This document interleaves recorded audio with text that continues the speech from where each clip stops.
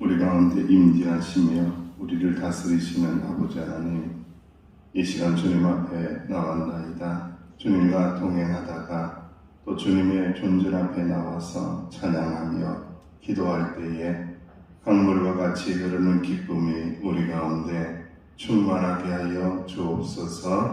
예수님의 이름으로 기도하옵나이다. 아멘. 찬송가 182장입니다. 182장.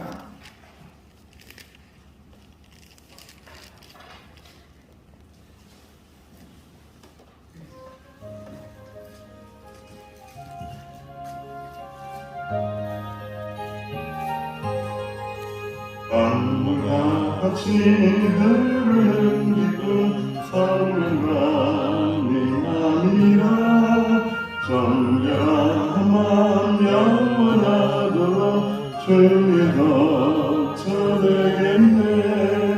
주님 주시는 잠든 평화가 내 맘속에 넘치네. 주의 말씀에 거센 분노로 잠잠하게 되도다. 나의 생명 성스게 되는 성령이 마시니라. 모든 의심 슬픔 사라져 그의 평강 넘치네. 주님 주시는 잠든 평화가 내 맘속에 넘치네. 주의 말씀에 거센 분노로 잠잠하게 되도다. 하늘에서 단비 내리고 햇빛 찬란한 같이 우리 마음에 성령이 많이 주님 보내시니라. 주님 주시는 잠든 평화가 내 맘속에 넘치네. 주의 말씀에 거센 분노로 잠잠하게 되도다. 생명신에 넘쳐 흘러서 마른 광야 적시니 너희의 열매 무르익어서 주수를 기다리네. 주님 주시는 잠든 평화가 내 맘속에 넘치네. 주의 말씀에 거센 분노로 잠잠하게 되도다. 놀라우신 주의 은혜로 그의 얼굴 뵙겠네. 평화로운 안식처에서 영원토록 쉬겠네. 주님 주시는 잠든 평화가 내 맘속에 넘치네. 주의 말씀에 거센 분노로 잠잠하게 되도다. 합심하여 기도합니다. 성령 하나님, 우리 가운데 임재하여 주시사 우리 마음의 기쁨이 충만하게 해달라고 하나님의 말씀을 통하여 거센 분난과 같은 우리의 인생과 마음도 잠잠하게 해달라고 평안을 허락하여 해달라고 합심하여 기도합니다. 아버지 하나님, 그렇습니다. 주님의 존재 앞에 나왔나이다. 성령을 충만하게 우리 가운데 부어주시기 원합니다. 아버지 하나님, 제 욕망을 제어하게 하여 주시고 오직 성령님으로 충만하고 성령님의 인도하심을 따라갈 수 있는 저희들이 되어줄 수 있도록 인도하여 주시기를 간절히 바라고 원합니다. 하나님의 말씀을 사모합니다. 하나님의 말씀이 듣기로 합니다. 하나님의 말씀이 우리 안에 들어오기로 합니다. 아버지 거센 풍랑도 잠잠하게 만드시는 주님의 능력의 말씀을 듣기 사모합니다. 잠잠을 위하여 주옵소서. 평안하게 하여 주옵소서. 은혜로 충만할 수 있는 하나님의 말씀이 되게 하여 주옵소서. 말씀을 깨달아지는 은혜가 있게 하여 주옵소서. 말씀을 따라가는 자들을 축복하여 주시고 날마다 하나님의 은총 가운데 갈 수 있도록 이 새벽에도 함께하여 주옵소서.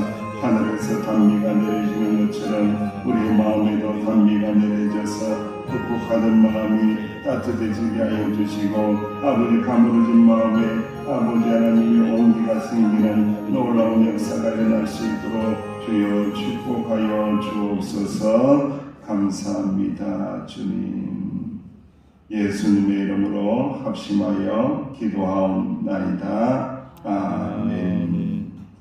하나님의 말씀 함께 봉독합니다. 하나님의 말씀은 사무엘하입니다. 사무엘하 17장 1절에서 14절까지 말씀입니다. 사무엘하 17장 1절에서 14절 아이도벨의 계략과 후세의 책략이 상충하는 그런 말씀입니다. 함께 말씀 공독합니다. 시작. 아이도벨이 또 압살롬에게 이르되 이제 내가 사람만 2,000명을 택하게 하소서. 오늘 밤에 내가 일어나서 다윗의 뒤를 추적하여 그가 고나고 힘이 빠졌을 때에 기습하여 그를 무섭게 하며 그와 함께 있는 모든 백성이 도망하리니 내가 다윗 왕만 쳐 죽이고 모든 백성이 당신께 돌아오게 하니 모든 사람이 돌아오기는 왕이 찾는 이 사람에게 달렸습니다. 그리하면 모든 백성이 평안하리이다 하니 압살롬과 이스라엘 장로들이 다 그 말을 옳게 여기더라. 압살롬이 이르되 아렉 사람 후세도 부르라. 우리가 이제 그의 말도 듣자 하니라. 후세가 압살롬에게 이르매 압살롬이 그에게 말하이르되 아이도벨이 이러이러하게 말하니 우리가 그 말대로 행하랴. 그렇지 아니하거든 너는 말하라 하니 후세가 압살롬에게 이르되 이번에는 아이도벨이 베푼 계략이 좋지 아니하니이다 하고 또 후세가 말하되 왕도 하시니와 왕의 아버지와 그의 주종자들은 용사라. 그들은 들의 영곰이 새끼를 빼앗은 것 같이 격분하였고 왕이 붙이는 전쟁에 익숙한 사람인즉 백성과 함께 자지 아니하고 지금 그가 어느 굴이나 어느 곳에 숨어 있으니 홍무리 중에 맺이 먼저 엎드러지며 그 소문을 듣는 자가 말하기를 압살롬을 따르는 자 가운데서 패함을 당하였다 할지라. 비록 그가 사자 같은 마음을 가진 용사의 아들일지라도 낙심하니 이는 이스라엘 무리가 왕의 아버지는 영웅이요 그의 주종자들도 용사인 줄 알미니라. 나는 이렇게 계략을 세웠나이다. 온 이스라엘을 담부터 그에세바까지 바닷가의 많은 모래같이 당신께로 모으고 친히 전장에 나가시고 우리가 그 만날 만한 곳에서 그를 기습하기를 이스라엘 땅에 내림같이 우리가 그의 위에 덮여 그와 그 함께 있는 모든 사람을 하나도 남겨두지 아니할 것이요 또 만일 그가 어느 성에 들었으며 모든 이스라엘의 밧줄을 가져다가 그 성을 강으로 끌어들여서 그곳에 작은 돌 하나도 보이지 아니하게 할 것이니라 하매 압살롬과 온 이스라엘 사람들이 이르되 아렉 사람 후세의 계략은 아이도벨의 계략보다 낫다 하니 이는 여호와께서 압살롬에게 발을 내리게 하사 아이도벨의 좋은 계략을 물리치라고 명령하셨음이더라. 아멘.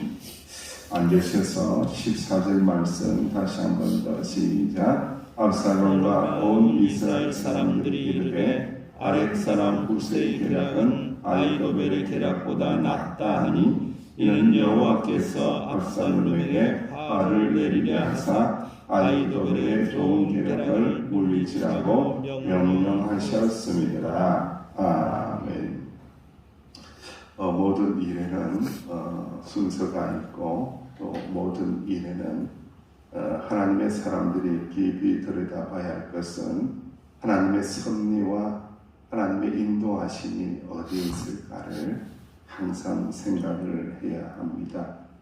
세상은요 그렇게 살아보니까 어때요? 60평생 살고 70평생 살아도 만만하던가요? 호락호락하던가요? 어떻던가요?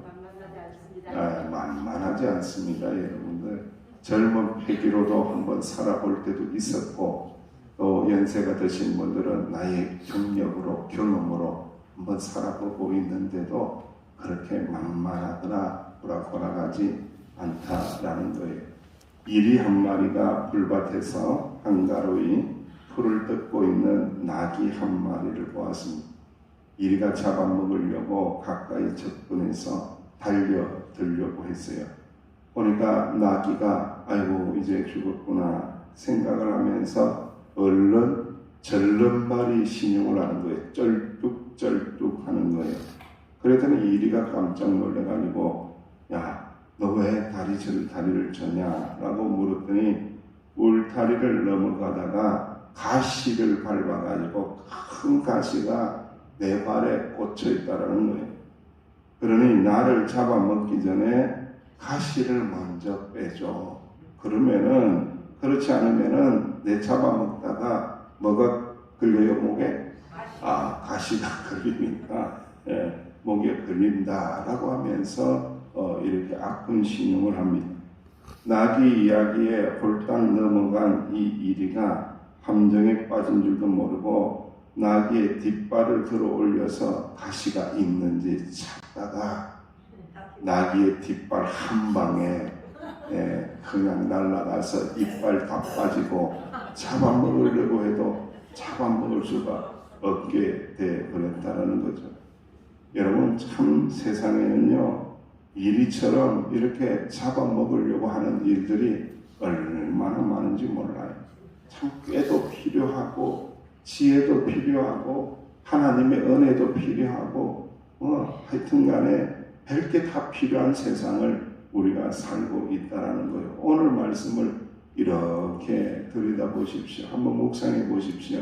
얼마나 세상에는 계략을 부리는 자들이 많고 책략도 있어야 되고 지혜도 있어야 되고 설득력도 있어야 되고요. 인간의 그 심리 상태를 잘 이해할 수 있는 능력도 있어야 되고요. 그 심리를 움직여낼 수 있는 힘도 있어야 되고 말주변도 있어야 되고 말도 잘해야 되고요. 하여튼 너무너무 복잡한 것들이 섞여져 있는 것을 보게 되는 것.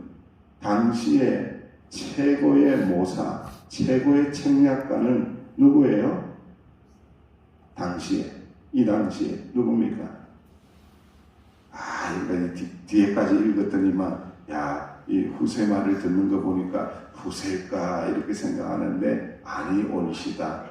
누굽니까? 아히도벨입니다, 여러분들. 아히도벨은요 공식적으로 최고의 모사입니다. 이 사람은요 임명한 최고의 모사이고 제일 먼저 압살롬이 누구에게 물어요? 아히도벨에게 묻잖아요. 왜 그런 거예요? 이게 1순위거든요. 이 사람이 최고의 모사꾼이기 때문에 제일 먼저 이 아히도벨에게 묻는다 이거예요.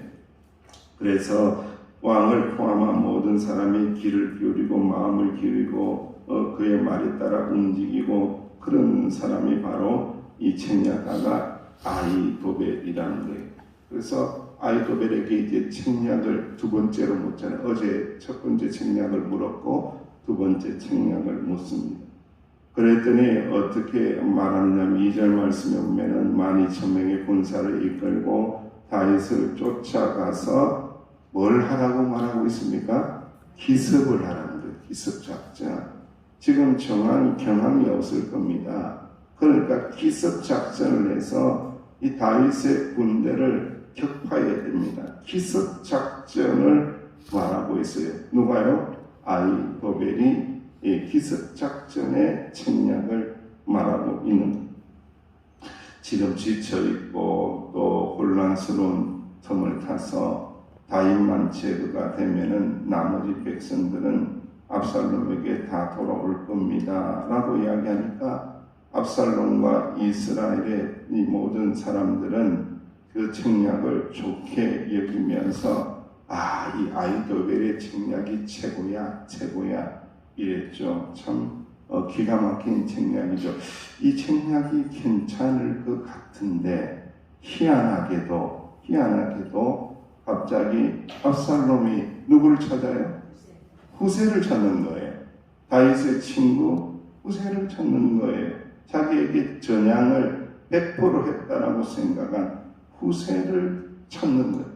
그리고는 이 책략에 대한 그의 의견을 묻습니다. 왜 이러지? 무슨 이유지? 왜 갑자기 이렇게 하지? 오늘 14절 말씀을 읽어보니까 그 이유가 나오더라. 누가 그렇게 하셨다? 하나님이 그렇게 하셨다는 거예요. 그러니까 천하에 없는 압살롬이라고 할지라도 그 마음을 지금 움직이고 계신 분은 누구라는 겁니까? 하나님이라는 겁니다, 여러분들. 악한 자의 마음도 하나님이 읽어내고 있는 거예요. 다 알고 있다라는 거예요. 그랬더니 후세가 그 아이도벨의 책략을 높이 이야기하면서 그런데 왕이시여 이번에는 조금 다른 것 같습니다. 이번에는 그 책략은 아니지 않겠습니까? 라고 하면서 그 이유를 쭉 설명을 해요. 이 설득의 기술을 한번 보십시오. 다윗 왕은 사자와 같고 전쟁에 능한 사람이고 훈련된 용사들이고 지금 새끼를 빼앗긴 곰처럼 격분한 상태일 것이고 그 상태에서 공격을 했다가는 반격을 당할 것이라고 이야기하면서 몇 명을 희생을 당하면은 이 소문이 나가지고 백성들의 사기가 크게 떨어질 것입니다 라고 하면서 조목조목 이 압살롬의 마음을 막 움직이는 거예요. 그렇다라면은 너의 책략이 뭐냐라고 했더니만 이 후세의 책략은요 딱 보니까 뭐가 커요? 스케일이 큰 거예요. 이게 엄청난 스케일을 가지고 있습니다. 단에서 보엘세바까지 팔레스타인 전역에 있는 백성들 군사들을 바다의 모래와 같이 다 모아가지고 칠이 그 대군을 끌고 나가서 누가 앞장을 서라고요? 압살롬이 딱 앞장서가지고 험나게 엄청난 대군을 모아서 다윗 군대는 지금 소수잖아요. 그러니까 험나게 한 방에 쫙 썰어버리라고. 한 방에 폼나게 쫙 썰어버리소서 이런 책략을 알려주는 거예요. 기습작전이 아니라 정규전을 하세요. 스케일이 아주 큰 전쟁을 모든 백성들이 볼 수 있도록 그렇게 하세요. 뭔가 드러나는 폼나는 전쟁을 하세요. 여러분 이것이 이 압살롬의 뭔가를 자극하고 있죠. 그래서 주석가들은 압살롬이 무엇을 자극했을까 주석을 할 때에 허영심을 자극을 했다는 거예요. 허영심. 인간의 심리의 밑바닥에 또 참 희한한 심리가 있는데 이 뭔가 허영심이 있어요. 뭔가 드러내려고 하고 자기 자신을 과시하려고 하고 자기 자신을 알아주면 좋고 안 알아주면 아주 힘들어하는 그 허영심이 있어요. 그 허영심을 자극을 하는 거예요. 그래서 여러분 우리도 이 모습을 이렇게 보면서 아주 작지만은 작은 진리 하나를 기억하셔야 됩니다. 허영심 따라가지 말아야 한다. 허영심을 따라가지 말고 하나님의 은혜를 따라가고 진리를 따라가고 말씀을 따라가야지 허영심 따라가다가는 큰일 난다라는 거예요. 여러분들 현대 교인들이요 얼마나 허영심에 가득 차인지 몰라요. 우리 명성교회는 자그마한 교회예요. 맞아요? 작지는 않은 것 같기도 하고 크지는 않잖아요. 그죠? 근데 여러분들 저 서울에 가면요 교인들이요 몇만 명이 되는 교회를 한번 생각을 해보십시오. 근데 그 교인들 중에요 거의 많은 사람들이 등록도 안 하고 다니는 그냥 왔다 갔다 하는 교인들이 그렇게 많대요. 파악이 안 된다고 그래요. 여러분들 파악이 안 돼요. 그러면서 그 사람들은 나는 큰 교회 다닌다라는 나는 유명한 교회 다닌다라는 그 허영심을 가지고 사는 거예요. 정말로 하나님께서 그런 걸 보고 기뻐하실까? 정말로 거기에 은혜가 있을까? 우리가 한번 곰곰이 생각을 해봐야 돼요. 사랑하는 주의 종들이요, 우리는 허영심을 따라가는 자가 아니라 하나님의 은혜를 따라가는 자이고 하나님의 말씀을 따라가는 자가 되어야 되고 하나님의 진리를 신실하게 따라갈 때에 하나님께서 우리와 함께하여 주심을 꼭 믿으시기를 주님의 이름으로 축원드립니다. 그리고 오늘 말씀의 가장 중요한 것은 이러한 일들을 누가 하셨다는 거예요. 여호와께서 압살롬에게 화를 내리려 하사 아히도벨의 좋은 계략을 물리치라고 이미 명령을 하셨다. 하나님의 명령입니다. 하나님의 섭리 안에 있는 것, 하나님의 다 계획 안에 있다는 것을 말씀하고 있는 거예요. 여러분, 어떻게 믿음 생활하고 살아가는 것이 가장 지혜롭게 사는 것일까요? 현실은 너무 복복하고 힘든데 말이죠. 어떻게 살아가야 할까요? 여러분, 물고기의 IQ가 몇이라고 그래요? 물고기의 IQ가 0.3이랍니다. 1도 안 됐네요. 다른 물고기들이 낚시 바늘에 걸려서 물 밖으로 끌려나가며 발부둥 치는 것을 보면서도 먹이를 던져주면은 그새 잊어먹고 뭘 한다? 그렇죠? 입질을 하는 게 물고기라는 거예요, 여러분. 낚시꾼이 이 낚싯대를 치고 있는 것을 모르니까, 자기를 잡는 것을 모르니까 그렇게 한다는 거예요. 여러분, 사람들이, 자기 주변의 사람들이 망하는 것을 보면서도 그 일에 뛰드는 것을 이유가 바로 거기에 있습니다. 인간에게는요, 지혜와 지식이 있는 것 같지만요, 한계가 있는 거예요. 자기께에 자기가 쏟는 사람들이 지금 얼마나 많은지 모릅니다. 사랑하는 주의 종들이요, 우리는 어떻게 살아야 할까요? 간절히 말하는데 이 새벽에 엎드려 성령님의 도우심을 구하시기를 주의 이름으로 축원합니다. 하나님의 은혜를 붙드시기를 주님의 이름으로 축원합니다. 하나님의 말씀을 붙들고 기도할 때에 하나님의 섭리대로, 하나님의 인도하심대로 하나님의 주권적이고 강권적인 은혜 주심에 그 자리에 있게 해달라고 기도하며 나갈 때에 믿음직하고 아름다운 하나님의 자녀들이 되시기를 주님의 이름으로 축원합니다. 기도하겠습니다. 하나님 아버지, 감사합니다.